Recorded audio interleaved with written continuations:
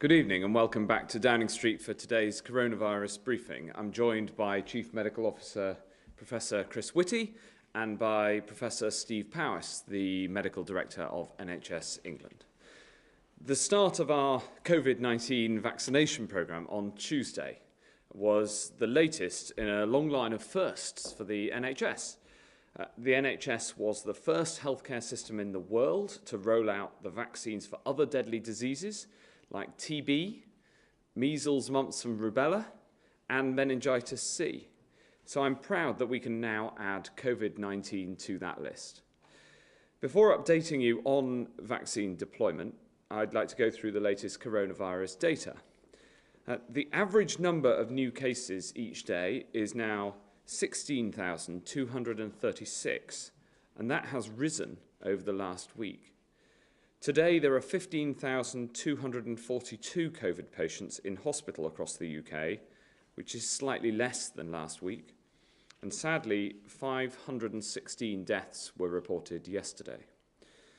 And the fall in the number of cases has flattened off and is rising in some parts of the country, like Kent and Essex and some parts of London.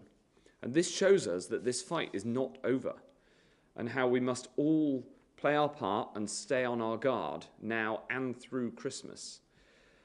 We've got help on the horizon, and we can all see that with the vaccine.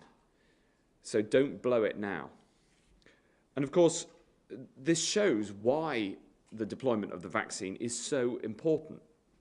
I just want to take a moment to thank everybody involved in the vaccine rollout so far, which has been done with such professionalism and skill. Today I want to pay special tribute and thank pharmacists who are working with such a tricky vaccine, must be kept cold at minus 70 degrees. And they've done so much work to get ready for this moment at such pace. As of today, we're vaccinating in 73 hospitals across the UK. Tens of thousands of people have had the jab, and I want to set out the next steps. I can confirm that we'll shortly expand our vaccination programme further to 10 more locations in England, and from next week we plan to begin vaccinations in GP-led sites and vaccinate in care homes by Christmas. We'll keep on expanding this rollout to reach more and more people. As more vaccines come on stream, we'll open vaccination centres in larger venues like sports stadia and conference halls next year, and that's when most people can expect to get their jabs. When the time comes, the NHS will get in touch with you, so you don't need to come forward and get into contact with the NHS.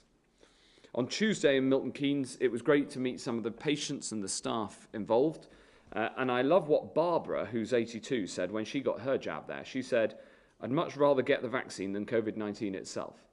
I'm with Barbara. It's free according to need, and it's the very best way to protect you and to protect those around you. And when enough people get vaccinated and we see those hospitalisation numbers coming down, we can then start lifting the restrictions which have made this year so tough. I felt really proud when I saw Mohammed Hassan, and I sat with him as he got his jab. He's a doctor at Milton Keynes Hospital who volunteered to treat COVID patients and himself caught COVID in the first peak. And he said that the jab was painless, but he also talked about the challenges that we face right now whilst we roll out the jab right across the country. Even with this mass vaccination programme underway, for the next few months we will not have sufficient protection through the vaccination programme. And this is always the most difficult time for the NHS anyway, in the winter months. And with the number of cases flattening again, we've all got to do our bit and not put more pressure on the NHS. To do that, we must keep respecting the rules where we are and take those sensible steps that we can all take, like washing our hands, covering our face, and making space between people, respecting that social distancing and the rules that come with it. We can't stop doing that now just because the vaccine is here.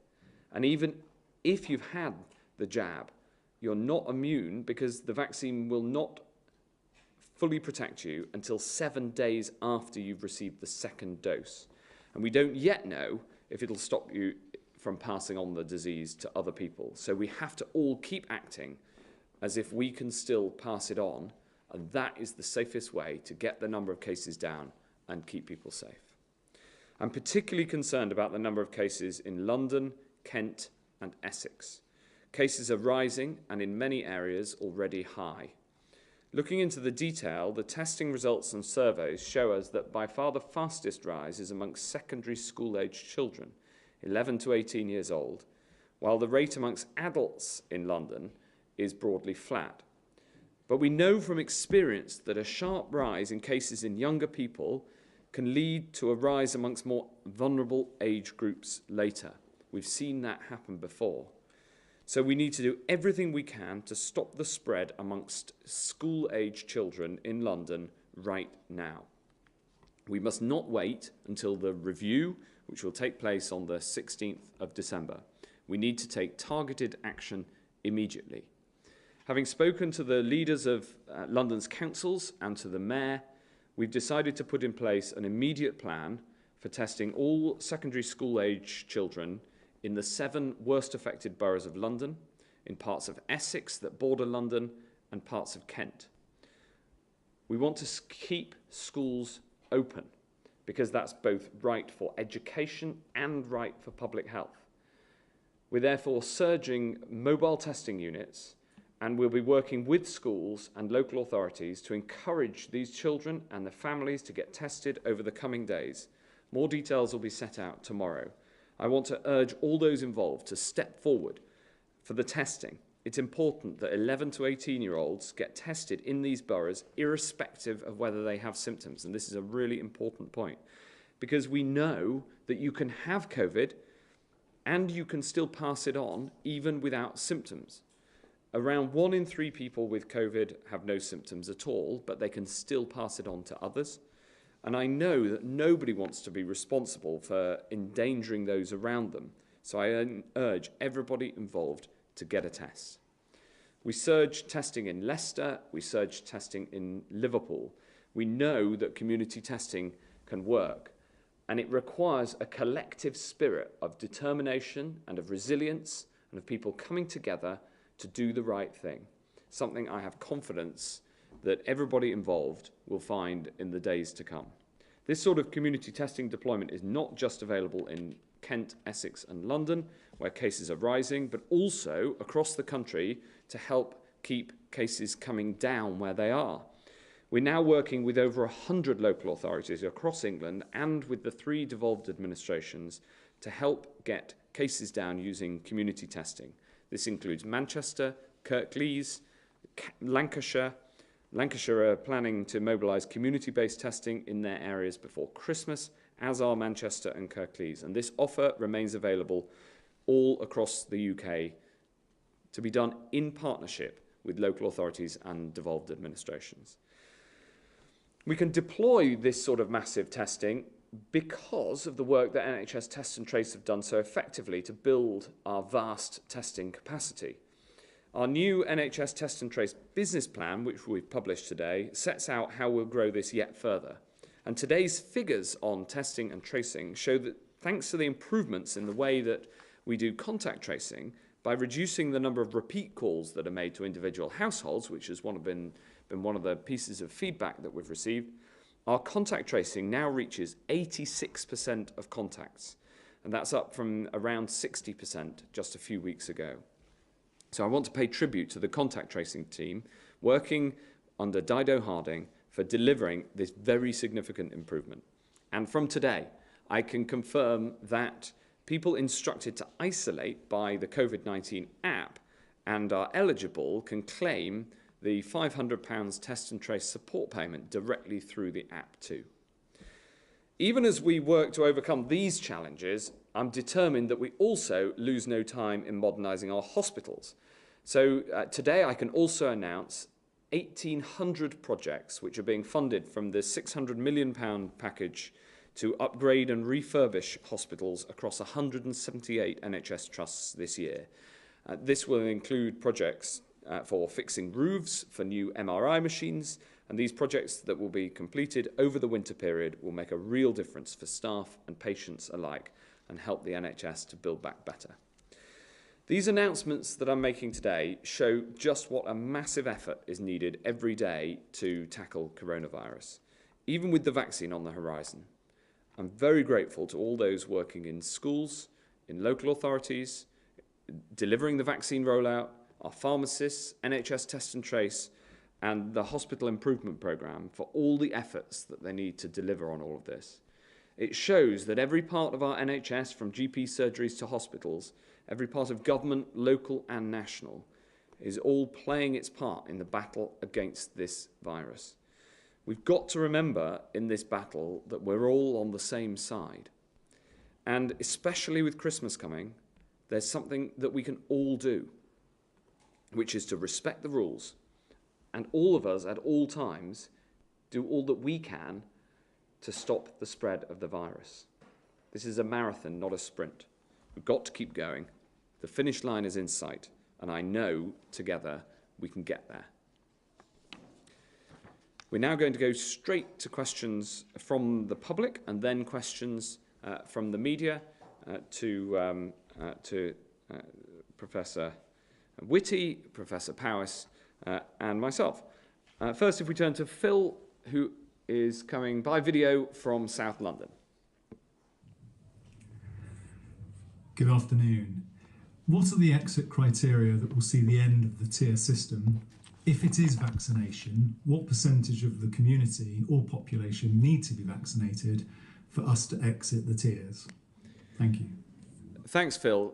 This is a great question, and it's one I'm asked a lot. So I will try to answer it at high level and then turn to the Chief Medical Officer for more detail. The simple answer, Phil, is that we will keep looking at the 5 indicators that we have for deciding on which tiers areas need to go into. And whilst we roll out the vaccine, we'll look at the impact of people having been vaccinated, the impact that has on reducing the number of hospitalisations, the number of cases in the over 60s, the positivity in the testing, and the trajectory of all those indicators. Because it's by reducing the number of people in hospital and by reducing the number of people who die from coronavirus that the vaccine will help us to get out of this. So I can't answer the part of the question, which is what percentage of the community or population need to be vaccinated for us to exit the tiers, because we don't know yet the impact of the vaccine on how much people can transmit the virus. So what we'll do is watch the data that we look at now, and the vaccine will, of course, I hope, very much suppress that data in the months to come as we roll the vaccine out to more and more of the population. Chris? So what I'd add to that is that the vaccine will, over time, as it spreads through a greater and greater percentage of the most vulnerable population, the vaccine will take the risk slowly down. Firstly, we'll start to see some of the mortality, fortunately, falling because the most vulnerable would be vaccinated first. But that will still leave a lot of people who, if they catch COVID, a significant proportion, small proportion, but a significant given the numbers, will end up in the NHS and potentially could become unwell or severely unwell, end up in intensive care.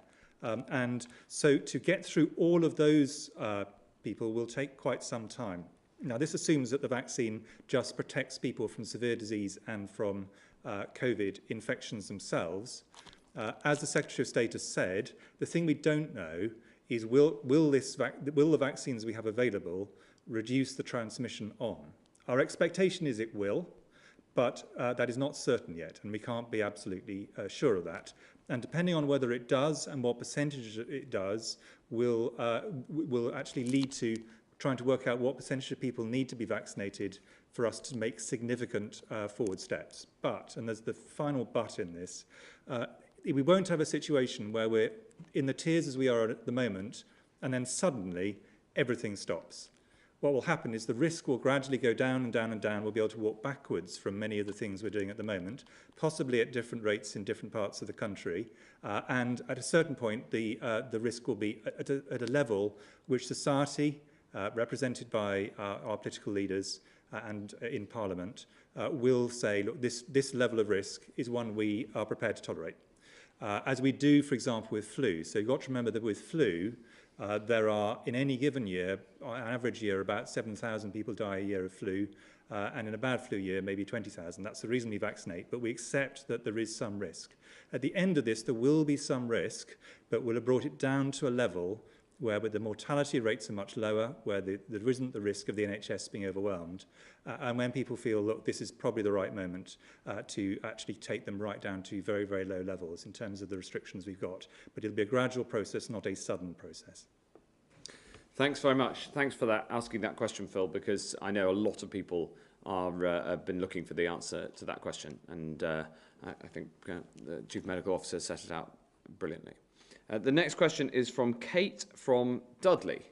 And Kate asked, New Year's Eve is a special time for some people as much as Christmas is. Will we be able to spend it with our close family members? Well, Kate, the answer to the question is yes, if you live with them in your household, but we are not bringing in a special set of rules for New Year as we have for Christmas. I know this has been such a tough year for so many of us, 2020, and so we've brought in the rules around Christmas to make sure that people have that opportunity to be able to see some members of their family who they haven't been able to all year. But we've got to be careful, and let's not blow it, especially with the vaccine on the horizon.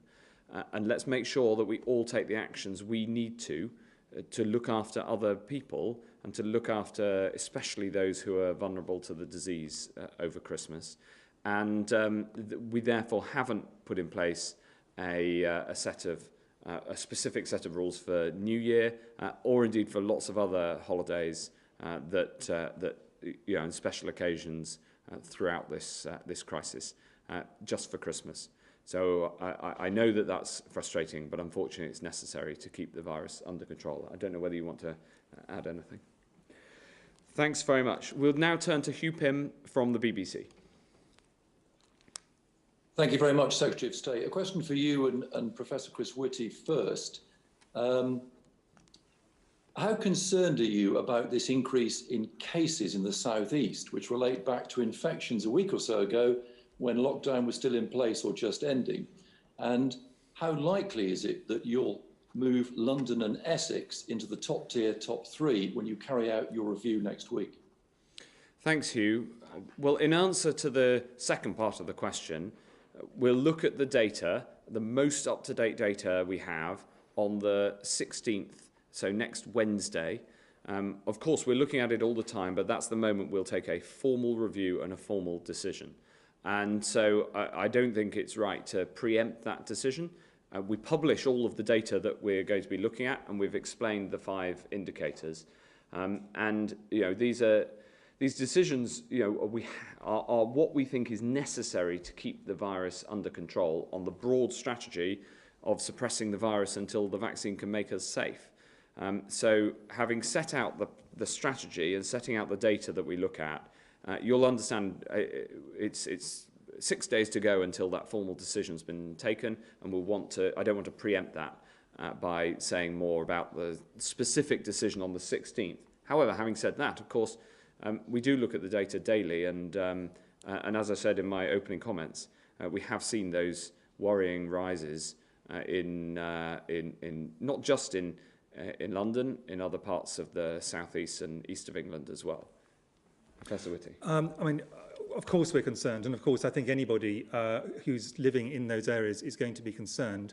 Throughout this, there's this very difficult balance where if we don't do a sufficient number of things, the rates start to go up, and this is the period of the year when, for all respiratory viruses, rates go up. And you can see this across Europe. This is not something which is unique to England or the UK. This is across the whole of the continent. In the areas in the north and the Midlands in particular, where people have done a remarkable job of coming together to meet the restrictions, stop doing social activities that are not necessary, reducing contacts, they have managed to bring the rates down. They've been falling right really quite consistently in the northwest and northeastern bits of the Midlands, but they've not been falling in some of the areas where we've had lower restrictions in place, in particular parts of London, northeast of London in particular, bits of Essex and Kent. And this is also true actually in some parts of Lincolnshire as well. And therefore we need to look very seriously at these areas and ask the question, are there enough measures going in, or do we have to have more? And that's something which ministers will have to look at next week. But I think if these rates are going up towards the tail end of lockdown, that is quite a concerning situation. So I think we need to actually keep quite a close eye on that, because we all know the Christmas period, if people go too far in the Christmas period, it's going to be a period of risk everywhere. So if you add the rates going up, difficult time of year, Christmas period, and then going into the toughest time of the year for the NHS, January and February are always the toughest time for the NHS, that does paint quite a concerning picture. I'll ask, if I may, Professor Powers to comment on the NHS side as well, because in the same way that we've seen this absolutely fantastic reduction in the daily case rate in parts of the north of England and some parts of the Midlands, and indeed in the southwest around Bristol, where people, I just urge everybody to stick at it, because they've been doing a great job, and I know there have been sacrifices in those areas, but the pressures on the NHS are coming down, and everybody should, feel that they have been playing their part in bringing their case rates down. We're now seeing them go up in other parts of the country, and obviously having to address that, including the pressures that brings to the NHS. Yes, Hugh. So as you know, hospitalisations follow infection rates very closely. And so in those areas of the country, as the Secretary of State has said, where we have seen infection rates fall over the last month or so the North East, the North West, Liverpool in particular, we've seen hospitalisations fall, the number of people in hospital fall, and pressure on hospitals fall. But we've also seen in parts of the country where infection rates have not fallen or indeed are rising, pressures remain on the NHS or start to rise. And that's particularly in parts of London, in east of England and parts of the southeast. And where infection rates are at the highest, such as the northern parts of Kent, we are seeing a lot of pressure on the NHS. So as ever, yes, there is concern when infection rates stay high or are rising, because that inevitably will lead to more hospitalisations, more people in ITU, and of course, tragically, more deaths. So it is critical that we continue with the measures to bring infection rates down and ensure that those numbers start to fall.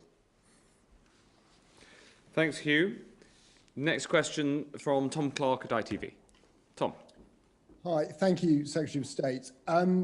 Given what we've just heard from Professor Whitty, is it not inevitable that we're going to see a dangerous third wave in cases now?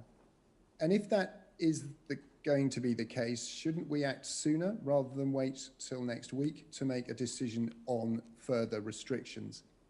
And if I could also ask a question about the testing program that you've just announced. I don't believe you specified the type of test going to be used. If it is lateral flow tests, there have obviously been questions raised about how effective they have been at reducing overall cases where they've been deployed. So are you confident that a school testing program is going to make the difference you need it to make? Well, in a way, I'll try to answer both questions and then ask Professor Whitty to respond as well. We're doing everything we can to try to keep the case rates down, and that does include sending in community testing. And in particular, because we're seeing this very specific rise amongst a particular age group, 11 to 18-year-olds, and particularly in northeast London, we're therefore sending in the mobile testing units and the targeted testing, and I look forward to working with the schools, and we're already working with the local authorities in that part of London to try to find and then isolate those who are tested positive. And that can help us and can play a part in keeping case rates down, but only as part of an overall package where it's individuals' behaviour that can make the biggest difference to keeping case rates down. So these decisions are not inevitable. The decisions on tiering and the measures that need to be taken depend on how people respond and how people behave. We've seen in parts of the country where people have really responded to the need to tackle very high case rates. Professor Powers just mentioned Liverpool. It's also true that in other parts of the north of England, case rates are really coming down sharply. Manchester, for instance, we're rolling out community testing there as well. And on the specific types of testing you asked about, in the first instance, we'll be using PCR tests in London because the mobile units are ready to roll, and we'll also be rolling out lateral flow tests. They're both effective. They have slightly different characteristics, can be used in different ways, and the lateral flows, of course, don't need to be sent off to a lab, so they have that advantage. The PCR tests do, but they tend to pick up more of the disease even before people are symptomatic.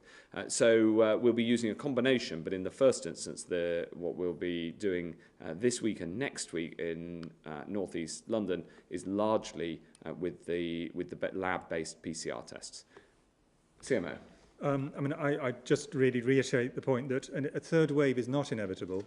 But it is the way that we prevent it is by everybody, all of us, coming together and actually deciding we want to try and stick to the guidance that's there, and accept that Christmas is a period when we can do things. That's the reason why the rules have been relaxed. That doesn't mean we should do things. People should really be very, very sensible over that period and over this whole period at risk, because this is a very risky period for us, but it is definitely not inevitable that things will get substantially worse. That's something we need to all work together on.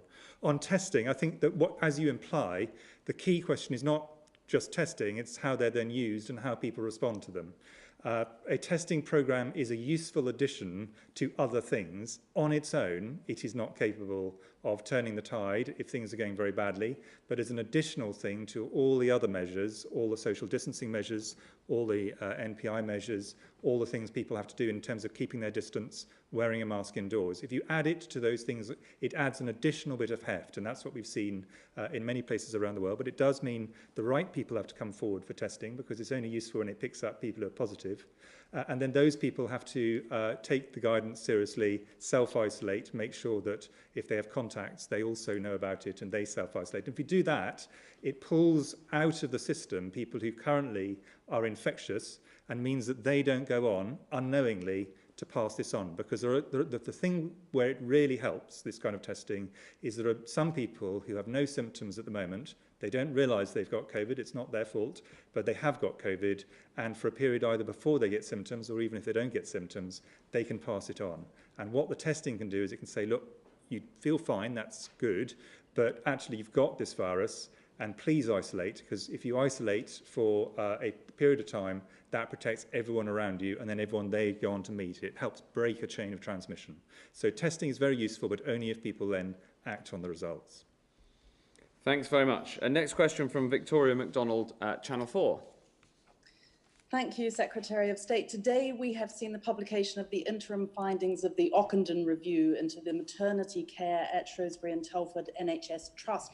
It makes for a very painful read, but equally importantly, it calls for immediate action in maternity units across England. Will you personally will you personally agree that these need to be acted on immediately? Yes, the Ockenden report is shocking reading, and we've already taken the actions that were proposed in an earlier part of the report, and we'll of course study the proposals that have been made in the report very, very closely. I'll ask Steve Powers to set out more details, and I know how closely the NHS has been monitoring this to make sure that we take the actions that are needed to make sure that maternity services are safe. Thank you, Victoria. Yes, and I too welcome Donna Ockenden's report that was published today. I know just how painful and harrowing it has been for all the families who have suffered from the shortcomings in maternity care at that trust. And clearly offer my sympathy to all of them. I met some of the families last year, and that meeting really moved me and really affected me, and I understand just what they have gone through. When although it's of course impossible for anybody who's not been affected to know exactly what they've gone through, I should say that. But I think, as Donna said in the report, there are two things predominantly that they want out of this. Firstly is to understand what went wrong, and then secondly to ensure that the learning from what went wrong can be acted upon. And I do hope that Donna's first report today goes some way towards answering those two questions, although clearly she has more work to do, and will publish a final report next week. And yes, I do think it is very important that the recommendations for the Trust are acted upon immediately, and I know the Trust has been working hard to improve maternity services, but they have further work to do. There are also 7 recommendations for the wider system when it comes to maternity care, and at NHS England, NHS Improvement, we have been working on those already. We haven't waited for the report, but clearly there is more work to be done as well. So I think this is an important step, but clearly we now need to act on those recommendations. Thank you very much. The next question is from Rajiv Sayal at The Guardian. Rajiv. Hello, Secretary of State. It's a question for you. Your former neighbour, Alex Bourne, is supplying millions of test tubes for NHS COVID-19 test kits after sending you a personal WhatsApp message offering his services. Did you discuss Mr. Bourne's offer of help with anyone in your office or your department? And if so, would you be prepared to release any of your communications with Mr. Bourne? Thank you. Thank you. I've read about this in The Guardian. I had absolutely nothing to do with that contract. What I'd say more broadly is that I'm very pleased that so many people came forward during the spring of this year, when we really needed, the nation really needed the support of huge numbers of people, whether they came forward to supply PPE or, in this case, to supply some of the supplies that go into the testing kits. And I'm very grateful to all of them. But I'm afraid I can't answer any more than to say that I had nothing to do with this particular contract at all. Thanks very much. The next question is from Dominic Yateman at the Metro. Hello, Health Secretary. If, as seems possible, the failure to reach a Brexit agreement means Britons are banned from travelling to Europe under their coronavirus regulations from January the 1st, will Britain reciprocate, and what bearing would that have on infection rates? And secondly, if I may, Dr. Emily McWhirter of the Royal College of Nursing told MPs today that at the height of the crisis, PPE was routinely relabelled with new use-by dates. Much had rotted in its boxes, and she herself opened a crate of gowns to find a load of insects creeping out. Would you like to apologise to frontline staff for what they had to work with? Well, firstly, on the international travel question, we make judgments and decisions on what international travel can be recommended and how many people and from what countries or parts of countries you have to quarantine based on public health advice. That's the approach that we have, and that's the approach that we'll be sticking to. On the second question about PPE, look, there was a massive effort, as in fact the previous question implied, there was a massive effort involving a huge number of people, including the RCN actually, who did brilliant work coming forward and helping to ensure that we could get the PPE supplies that we needed. And I'm really, really pleased that so many people contributed, and there was never a national outage of PPE. Now, that doesn't mean that it wasn't difficult at times, and there were undoubtedly challenges.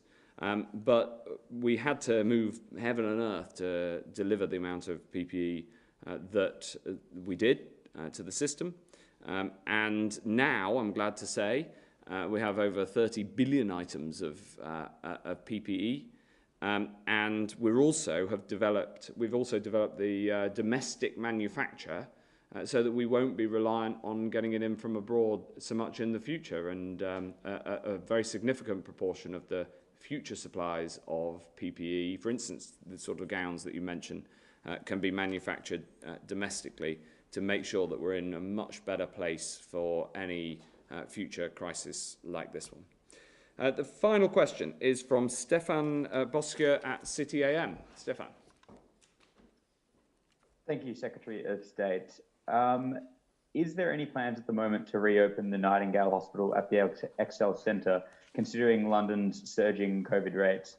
And secondly, is there any point in putting London's hospitality sector in Tier 3 for what would be just 4 days in the lead up to the Christmas period, considering the damage that this would have on a sector that's already on its knees? Well, obviously, I understand the impact of the decisions that we make and the tiering decisions that we make on different sectors of the economy. But we have to make them in order to keep the virus under control. And we've all seen the consequences of what happens if the virus gets out of control in other countries. Thankfully, here, we've protected the NHS all the way through. So the NHS has always been there for you if you've needed it. And that's been absolutely at the heart of our goals. I'll ask Professor Powis to explain what's happening in London to make sure that the NHS in London can deal with the pressures that it's under. But that's the approach that we take. And look, I get it from the point of view of the hospitality sector. Of course I do. The Christmas rules specifically don't actually affect the approach to the hospitality sector. They're about who you can meet up with in your own home. And so it's about the rules about who you can meet with rather than the rules about whether hospitality is open or not, which continues to follow the approach in your local tier over Christmas. That's unchanged by the Christmas rules. But on the NHS in London specifically. Yes, so as you know, the Nightingale hospitals have been our insurance policy throughout this pandemic to ensure that if NHS capacity is stretched, that we have additional capacity on stream to be able to use. And again, in the first wave in the spring, we used the Nightingale in the Excel Centre in London. Those Nightingale hospitals have been kept over the course of the summer and into the autumn. And indeed, as I announced here a number of weeks ago, we stood up the ones in the north of the country as we saw infection rates rise in that part of the country in particular, and of course the pressure on the NHS following. And indeed we've been using the Nightingale Hospital in Manchester. In London, we are seeing a worrying rise in infections. I said we are seeing pressure in the NHS, particularly in the east of the city, but we're not at the levels that we saw in April. And therefore we can manage within existing hospitals in London. And of course our first step in managing capacity is mutual aid between hospitals. We have the ability to move patients between hospitals, from hospitals that are pressured to those that have less pressure, and also we can move staff and equipment too. But the Nightingale is important. We are keeping it under review, and of course we're also keeping under review different uses for the Nightingale in London. So it's really important that we don't see further rises of infection rates in London, and we don't see pressure rising on the NHS. But the Nightingales will be there as that insurance policy if we need them. Thanks very much, everybody. That concludes today's coronavirus briefing here from Downing Street. Thank you.